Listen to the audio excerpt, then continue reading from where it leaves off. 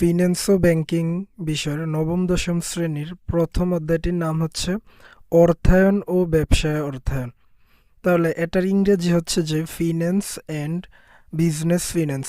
সমাজ সভ্যতার ক্রমবিকাশে বিজ্ঞান ও প্রযুক্তিগত উন্নয়নে ব্যবসা বাণিজ্যের কার্যপরিধি বৃদ্ধি পেয়েছে, ফলে পণ্য বাজারে নানামুখী প্রতিযোগিতার সৃষ্টি হয়েছে। এই প্রতিযোগিতায় মুনাফা অর্জন করতে হলে একজন ব্যবসায়ীকে সুষ্ঠু পরিকল্পনার মাধ্যমে অর্থের সদ্ব্যবহার করতে হয়। এতে ব্যবসায় প্রতিষ্ঠানটি সর্বোচ্চ মুনাফা অর্জনে সফল হয়।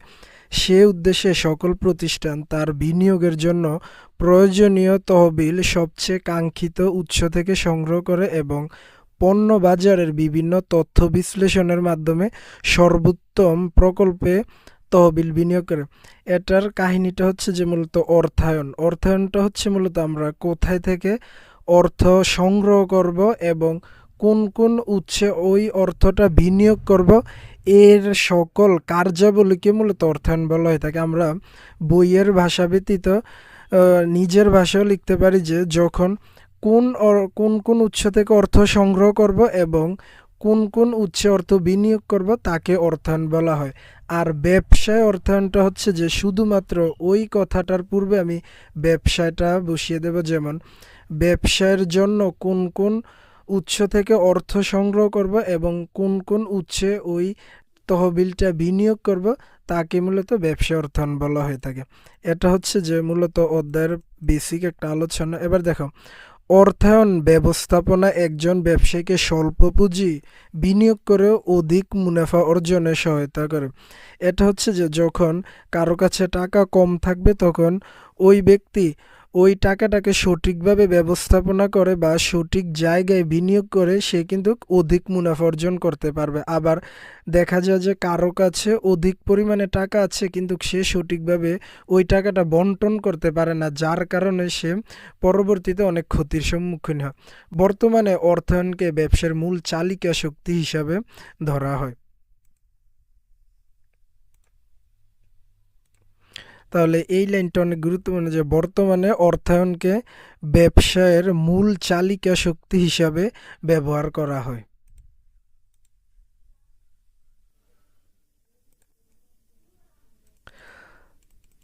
তারপর হচ্ছে যে এই অধ্যায় শেষে আমরা কি কি করতে পারবো এগুলো আমরা দেখলাম।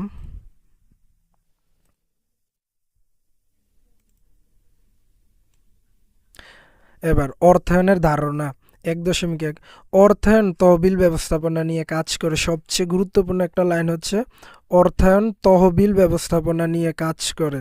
কোন উৎস থেকে কি পরিমাণ তহবিল সংগ্রহ করে, কোথায় কিভাবে বিনিয়োগ করা হলে সর্বোচ্চ মুনাফা হবে, অর্থায়ন সেই সংক্রান্ত পরিকল্পনা প্রণয়ন ও বাস্তবায়ন করে থাকে।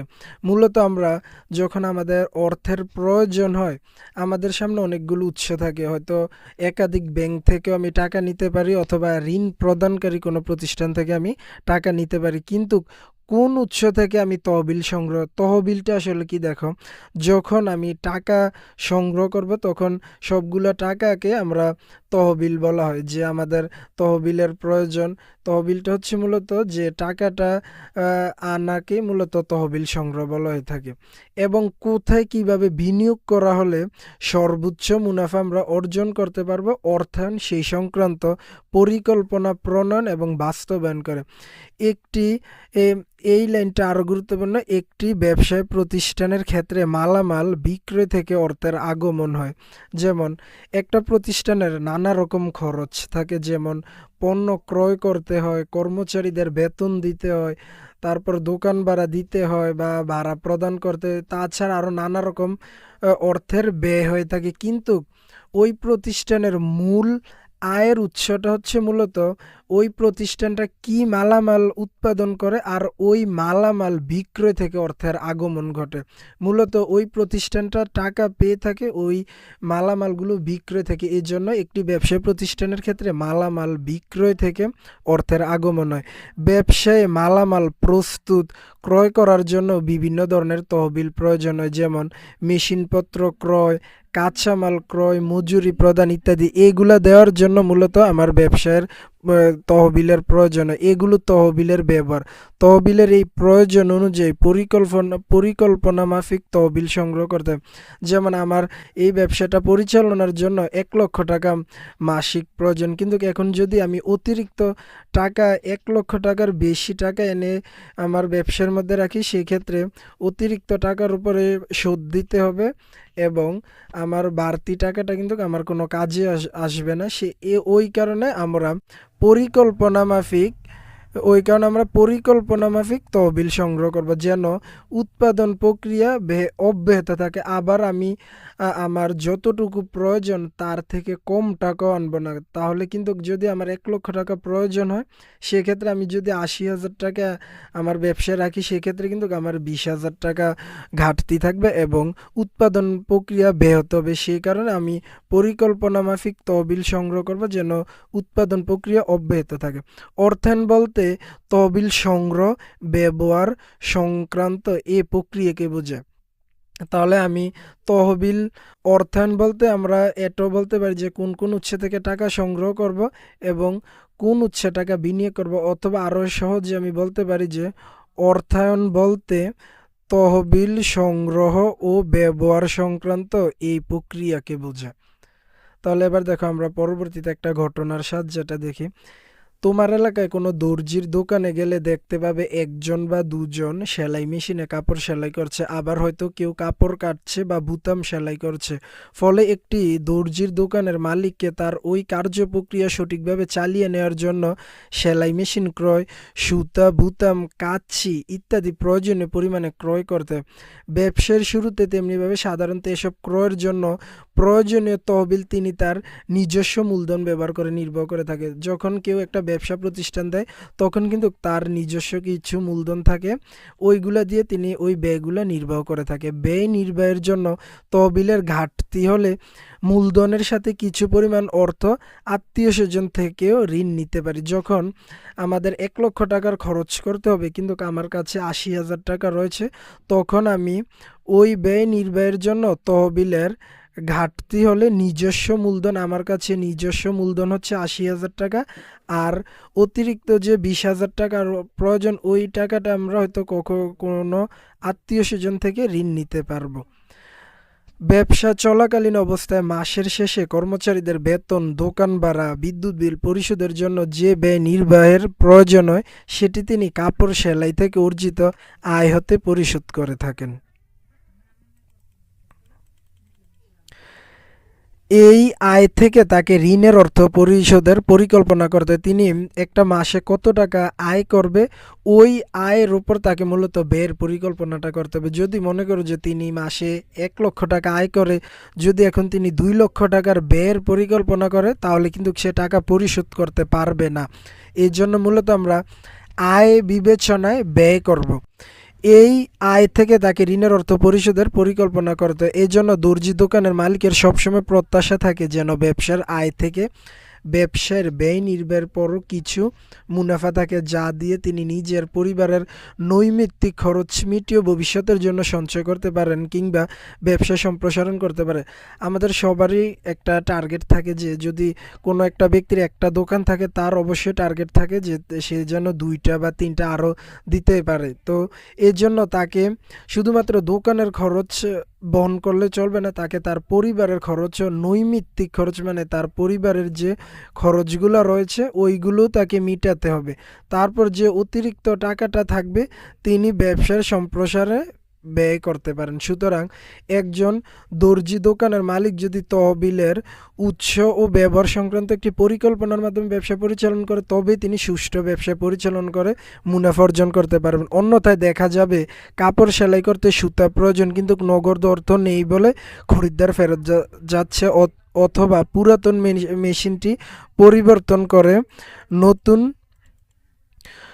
নতুন নতুন মেশিন ক্রয় করার তহবিল নেই বলে ব্যবসাটি বন্ধ করে দিতে পারে। যদি তার কাছে যথেষ্ট পরিমাণ অতিরিক্ত টাকা না থাকে তখন কিন্তু তাকে ব্যবসাটি বন্ধ করে দিতে পারবে।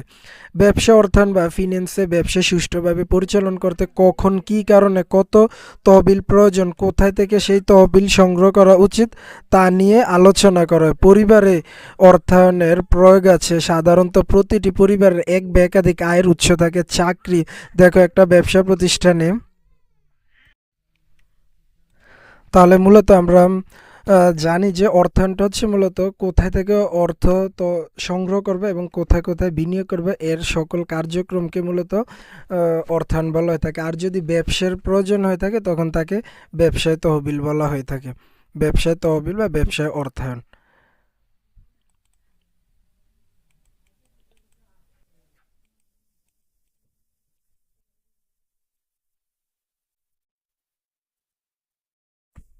এবার দেখো অর্থায়নের ক্রমোন্নয়নের ধারা।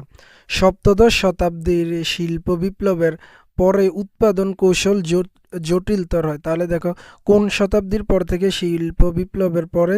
এটা হচ্ছে যে সপ্তদশ শতাব্দী।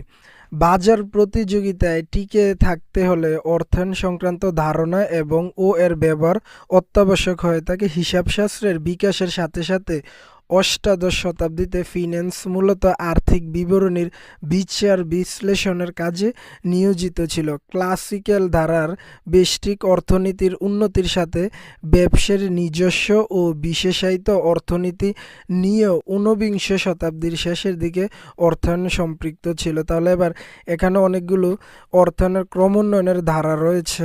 যেমন হচ্ছে অর্থায়নের ক্রমান্বয়নের ধারাকে কয়েকটি পর্যায়ক্রমে ভাগ করা হয়েছে। যেমন 1930-এর পূর্ববর্তী দশক, এ সময়কালে যুক্তরাষ্ট্রের কোম্পানিগুলোর মধ্যে একত্রীকরণের প্রবণতা দেখা যায়। তাহলে এটা এমসিকিউর মধ্যে আসতে পারে যে কোম্পানিগুলোর মধ্যে একত্রীকরণের প্রবণতা কখন শুরু হয়? 1930-এর পূর্ববর্তী দশকে। তারপর 1930-এর দশকে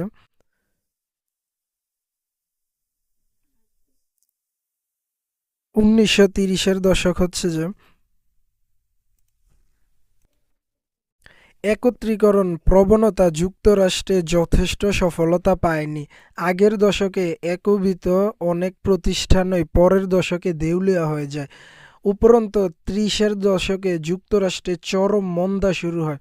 আরও একটা গুরুত্বপূর্ণ লাইন হচ্ছে যে কোন দশকে যুক্তরাষ্ট্রে চরম মন্দা শুরু হয়? 30-এর দশকে। অনেক লাভজনক প্রতিষ্ঠানও ক্ষতিগ্রস্তের তালিকায় পড়ে যায়। চরম মন্দা বলতে বোঝা যায় যখন ওই লাভজনক প্রতিষ্ঠানগুলো ক্ষতির সম্মুখীন হয় তখন ওইটাকে বলা হয় চরম মন্দা সময়। ফলে ব্যবসায়গুলো পুনর্গঠন করে কিভাবে প্রতিষ্ঠানগুলোকে দেউলিয়ত্ব থেকে রক্ষা করা যায় এ ব্যাপারে আর্থিক ব্যবস্থাপক বিশেষ দায়িত্ব পালন করেন। এই সময় থেকে শেয়ার বিক্রির মাধ্যমে অর্থায়নের প্রয়োজন দেখা দেয়। তাহলে কোন দশক থেকে শেয়ার বিক্রির মাধ্যমে ব্যবসা অর্থায়নের প্রয়োজন দেখা দেয়? 1930-এর দশক। এবার হচ্ছে 1940-এর দশক। তাহলে 1920 দশকের দিকে ব্যবসাগুলো একত্রীকরণ হয়, কিন্তু ওই সময় ওইগুলো অনেক লোকসানের সম্মুখীন হয়। পরবর্তীতে 1930-এর দশকে চরম মন্দা দেখা দেয় এবং 1930-এর দশক থেকে মূলত শেয়ার বিক্রির মাধ্যমে ব্যবসার অর্থায়নের প্রয়োজন দেখা দেয়। এবার 1940-এর দশক, এ সময় সুষ্ঠুভাবে ব্যবসা পরিচালনার জন্য তারল্যের প্রয়োজনীয়তা বিশেষভাবে উপলব্ধি করা যায়। নগদ অর্থ প্রবাহের বাজেট করে সুপরিকল্পিত নগদ প্রবাহের মাধ্যমে অর্থায়ন সেই দায়িত্ব পালন করে। এবার 1950-এর দশক, এই দশকে অর্থায়ন পূর্বের দৃষ্টিভঙ্গি পরিবর্তন করে সর্বোচ্চ লাভজনক প্রকল্প মূল্যায়নে নানা প্রকার গাণিতিক বিশ্লেষণ কাজে নিয়োজিত। তাহলে সর্বোচ্চ লাভজনক বিনিয়োগ হয়েছিল 1950-এর দশকে। সুদূর প্রসারী প্রাক্কলনের মাধ্যমে উপযুক্ত দীর্ঘমেয়াদী বিনিয়োগ করে বিক্রয় বৃদ্ধি ও ব্যয় হ্রাস করে মুনাফা সর্বোচ্চ করাই তখন অর্থায়নের প্রধান কাজে পরিণত হয়। এই ধারাকে অর্থায়নের সনাতন ধারা হিসাবে গণ্য করা হয়। এবার 1960-এর দশক, এই সময় থেকে আধুনিক সবচেয়ে গুরুত্বপূর্ণ এমসিকিউ হচ্ছে যে কোন দশক থেকে আধুনিক অর্থায়নের যাত্রা শুরু হয়? 1960-এর দশক। অর্থায়ন মূলধন বাজারকে অগ্রাধিকার শুরু করে। শেয়ার হোল্ডাররা প্রতিষ্ঠানের মালিক, ফলে শেয়ার হোল্ডারদের সম্পদ বা শেয়ার বাজার দর সর্বাধিকরণ ছিল এই সময়ের অর্থায়নের উদ্দেশ্য। তাহলে তখন 1960-এর দশকে শেয়ার হোল্ডারদের সর্বাধিকরণ ছিল মূলত শেয়ার বাজার দর সর্বাধিকরণ ছিল ওই সময়ের অর্থায়নের উদ্দেশ্য। এই লাইনটা গুরুত্বপূর্ণ যে শেয়ার হোল্ডাররা প্রতিষ্ঠানের মালিক, ফলে শেয়ার হোল্ডারদের সম্পদ বা শেয়ারের বাজার দর সর্বাধিকরণ ছিল অর্থায়নের উদ্দেশ্য। যখন শেয়ারের মূল্য বৃদ্ধি পায় তখন অটোমেটিক্যালি শেয়ার হোল্ডারদেরও সম্পদ বৃদ্ধি পায়। এই উদ্দেশ্যকে সফল করার ক্ষেত্রে নানা রকম আর্থিক বিশ্লেষণপূর্বক কার্যক্রম শুরু হয়। তাহলে এই দশকগুলোর মধ্যে আমরা যেগুলা মার্কিং করেছি এইগুলো হচ্ছে গুরুত্বপূর্ণ। এবার 1970-এর দশক, এই দশকে কম্পিউটারের অধ্যায় শুরু হয়। কম্পিউটারের অধ্যায়টা হচ্ছে যে মূলত হিসাব নিকাশগুলো আধুনিকভাবে তারা রাখতে শুরু করে 1970-এর দশকে। তাহলে এই দশকে কম্পিউটার অধ্যায়ের শুরু হয়। তাহলে কোন দশকে কম্পিউটার অধ্যায়ের শুরু হয়? 1970-এর দশক। যা শুধু উৎপাদন কৌশল নয়, ব্যবসার অর্থায়নকেও পাল্টিয়ে দেয়। অর্থায়ন এখন অঙ্ক নির্ভর হয়ে উঠেছে। বেশিরভাগ আর্থিক সিদ্ধান্ত মূলত জটিল অঙ্ক নির্ভর এবং কম্পিউটার মাধ্যমে তা সুচারুরূপে সম্পাদন করার প্রবণতা এই সময়ে বিশেষ জনপ্রিয়তা পায়। এবার হচ্ছে যে 1980-এর দশক। ব্যবসা সম্প্রসারণ ও প্রতিযোগিতামূলক বাজার ব্যবস্থায় টিকে থাকার জন্য অর্থায়ন তার সনাতনী দায়িত্বের পরিবর্তন করে নতুন রূপে আবির্ভূত হয়। তাহলে কোন দশকে সনাতন দায়িত্বের পরিবর্তন করে নতুন রূপে আবির্ভূত হয়? 1980-এর দশক। এই সময় প্রতিষ্ঠানের বিভিন্ন প্রকল্পের মধ্যে মূলধনের সুদক্ষ বন্টন ও প্রকল্পগুলো হতে অর্জিত আয়ের বিশ্লেষণ ছিল অর্থায়নের মূল বিষয়। এবার হচ্ছে যে 1990-এর দশক এবং আধুনিক অর্থায়নের সূচনা। তাহলে দেখো 1990 থেকে আধুনিক অর্থায়নের সূচনা শুরু হয়। তাহলে এই দশকে বিশ্ব বাণিজ্য সংস্থা, এমসি এব্রিভিয়েশন আসতে পারে WTO এর পূর্ণরূপ কি? World trade organization. এটার বাংলা হচ্ছে ওয়ার্ল্ড অর্থ হচ্ছে বিশ্ব, ট্রেড অর্থ হচ্ছে বাণিজ্য, আর অর্গানাইজেশন অর্থ হচ্ছে সংস্থা। বিশ্বব্যাপী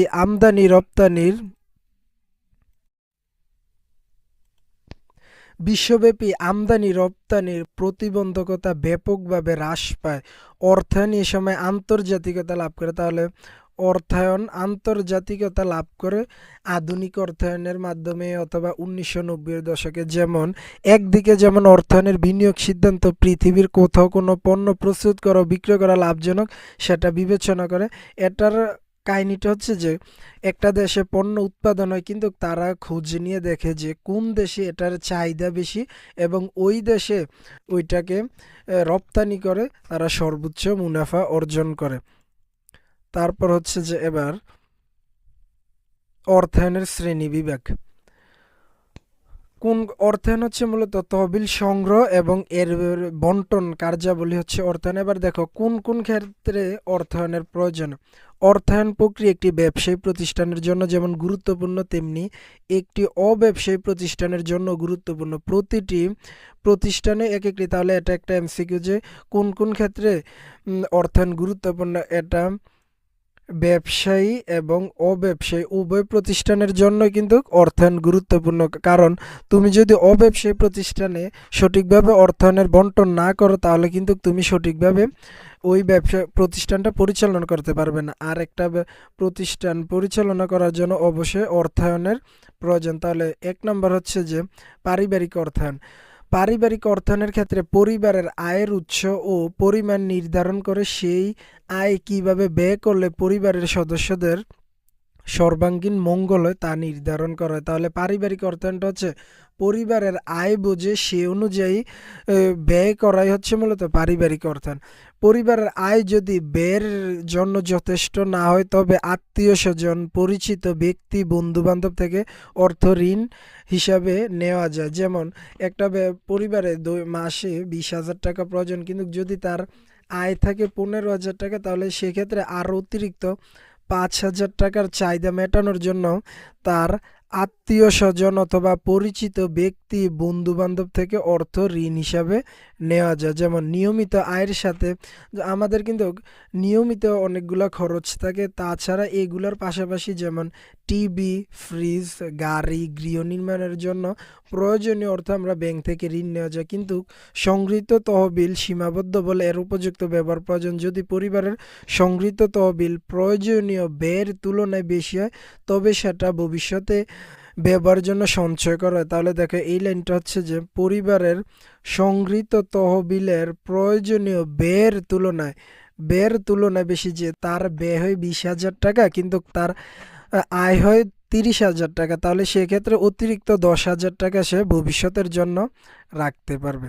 এটা এতক্ষণ আমরা দেখলাম যে পারিবারিক অর্থায়ন। এবার দেখো সরকারি অর্থায়ন। সরকারি অর্থায়ন এটি প্রতিটি সরকারের একটি অর্থ ব্যবস্থাপনা আছে। একটি সরকারের প্রেক্ষাপটে তার বার্ষিক ব্যয় কোন কোন খাতে কী পরিমাণ হবে। যেমন আমরা জানি যে প্রতি বছর একটা নির্দিষ্ট সময়ে একটা সরকারি বাজেট হয়ে থাকে, যে কোন কোন উৎসে কত টাকা সরকার ব্যয় করবে এবং কোন কোন উৎস থেকে সে কী পরিমাণ আয় করবে।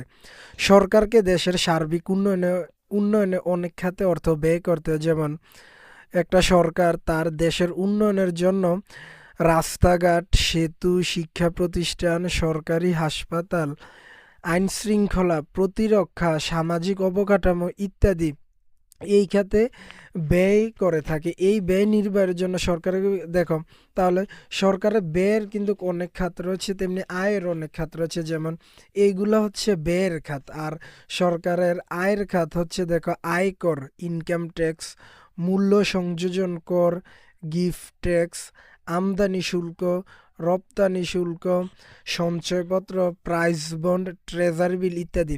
এই দুইটা লাইন দেখো যে সরকারের আয়ের খাত হচ্ছে এইগুলা, আর ব্যয়ের খাত হচ্ছে যে রাস্তাঘাট নির্মাণ করতে সরকারের অনেক টাকা ব্যয় হয়, সেতু নির্মাণ করতে অনেক টাকা ব্যয় হয়, শিক্ষা প্রতিষ্ঠানে টিচারদের বেতন দিতে অনেক টাকা ব্যয় হয়। এগুলো হচ্ছে মূলত সরকারের ব্যয়ের খাত। আর ব্যয়ের জন্য সরকারের আয়ের খাত হচ্ছে এগুলা আয়, মূল্য সংযোজন ইত্যাদি। সরকারি অর্থায়নে প্রথমে ব্যয়ের পরিমাণ নির্ধারণ করে সে অনুযায়ী তহবিল সংগ্রহ করা হয়। তাহলে এবার এই লাইনটা দেখো, সরকারি অর্থায়নে প্রথমে ব্যয়ের পরিমাণ নির্ণয় করা। অন্যান্য ব্যবসা প্রতিষ্ঠান বা পারিবারিক তহবিলের মধ্যে আমরা আয় বিবেচনায় ব্যয় করে থাকি, কিন্তু সরকারি অর্থায়নের কার্যক্রমটা টোটালি উল্টো। সরকার আগে ব্যয়ের পরিমাণ নির্ধারণ করে এবং সে অনুযায়ী আয়ের উৎস বের করে। সরকারি অর্থায়নের মূল লক্ষ্য হচ্ছে সমাজ কল্যাণ। সবচেয়ে গুরুত্বপূর্ণ যে সরকারি অর্থে অন্যান্য যত ব্যবসা প্রতিষ্ঠানের মূল লক্ষ্য থাকে আয় করা, আর সরকারি অর্থায়নের মূল লক্ষ্য হচ্ছে সমাজ কল্যাণ, যে সমাজের প্রতিটি মানুষের যাতে উন্নয়ন হয় এই চিন্তাগুলা করা। সরকারি অর্থায়ন সাধারণত অলাভজনক হয়, অন্যান্য অর্থায়নগুলো মূলত লাভজনক হয়, আর সরকারি অর্থায়ন হয় অলাভজনক।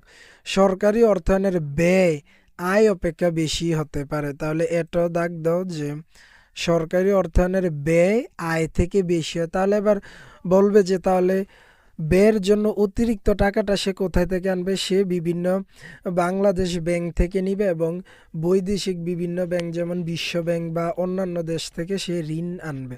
সরকারি মালিকানার বেশ কিছু ব্যবসা প্রতিষ্ঠান থাকে যা অপেক্ষাকৃত কম লাভজনক হতে পারে, যেমন বিসিআইসি।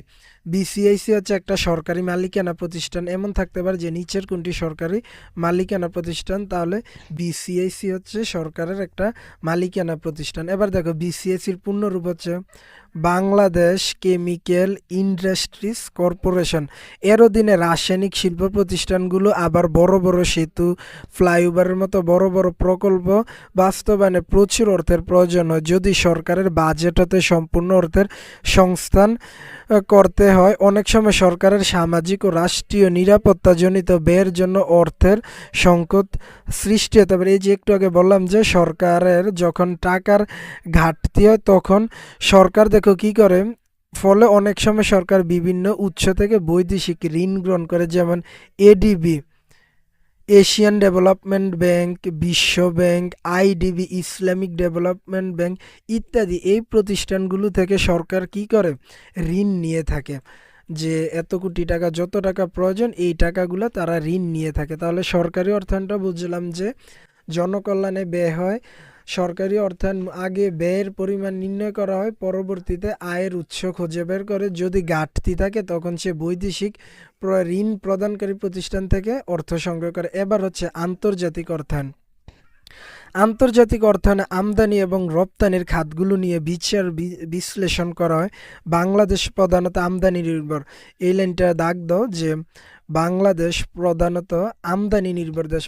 এটার মানে হচ্ছে যে বাংলাদেশ প্রচুর পরিমাণে বিদেশ থেকে নানা প্রয়োজনীয় দ্রব্য এনে থাকে। তো আমরা যখন অন্য দেশ থেকে আনি এটা হচ্ছে আমদানি, আর যদি আমরা অন্য দেশে কোনো কিছু বিক্রি করি বা পাঠাই ওইটা হচ্ছে রপ্তানি। প্রতি বছর বিপুল পরিমাণে খাদ্য সামগ্রী, কাঁচামাল, মেশিনারিজ, ঔষধ, পেট্রোলিয়াম ইত্যাদি দেশ থেকে আমদানি করতে হয়। তাহলে কি কি আমরা আমদানি করি দেখো, খাদ্য সামগ্রী, কাঁচামাল, মেশিনারিজ, ঔষধ, পেট্রোলিয়াম ইত্যাদি বিভিন্ন দেশ থেকে আমদানি করা হয়। অপরপক্ষে বাংলাদেশ থেকে পাট ও পাটজাত দ্রব্য, তৈরি পোশাক, কৃষিজাত দ্রব্য ইত্যাদি রপ্তানি। তাহলে দেখো আমাদের কিন্তু রপ্তানিরও কিছু উৎস রয়েছে, যেমন পাট, পাটজাত দ্রব্য, তৈরি পোশাক, কৃষিজাত দ্রব্য ইত্যাদি রপ্তানি করা হচ্ছে। রপ্তানি হতে আমদানি বেশি করতে হয় বলে প্রতি বছর বিরাট অঙ্কের বাণিজ্য ঘাটতি দেখা যায়। এই ঘাটতি পূরণে প্রবাসী বাংলাদেশিদের, দেখো আমাদের যে ঘাটতিটা হয় তখন আমাদের দেশের যারা বিভিন্ন দেশে তারা গিয়ে থাকে তাদেরকে মূলত প্রবাসী বলা হয়, আর ওই তাদের পাঠানো অর্থ বা রেমিটেন্স বিশেষ ভূমিকা রাখে। তাহলে দেখো আমাদের এই ঘাটতিটা কিন্তু এই প্রবাসী ভাইরা তাদের পাঠানো রেমিটেন্সের সাহায্যে পূরণ করে থাকে। আন্তর্জাতিক অর্থায়নে আমদানি এবং রপ্তানি খাতসমূহ নিয়ে আলোচনা করা হয়। আন্তর্জাতিক অর্থায়নটা হচ্ছে মূলত তারা বিশ্লেষণ করে যে কত টাকা তারা আমদানি করলো, কত টাকা তারা রপ্তানি করলো। এবার দেখো অব্যবসায়ী প্রতিষ্ঠানের, এতক্ষণ আমরা সরকারি, অব্যবসায়ী, পারিবারিক করেছি। এবার হচ্ছে যে অব্যবসায়ী প্রতিষ্ঠানের অর্থ সংস্থান। সমাজে এমন কিছু প্রতিষ্ঠান বা সংস্থা থাকে যা মানব কল্যাণ বা দরিদ্র, বঞ্চিত।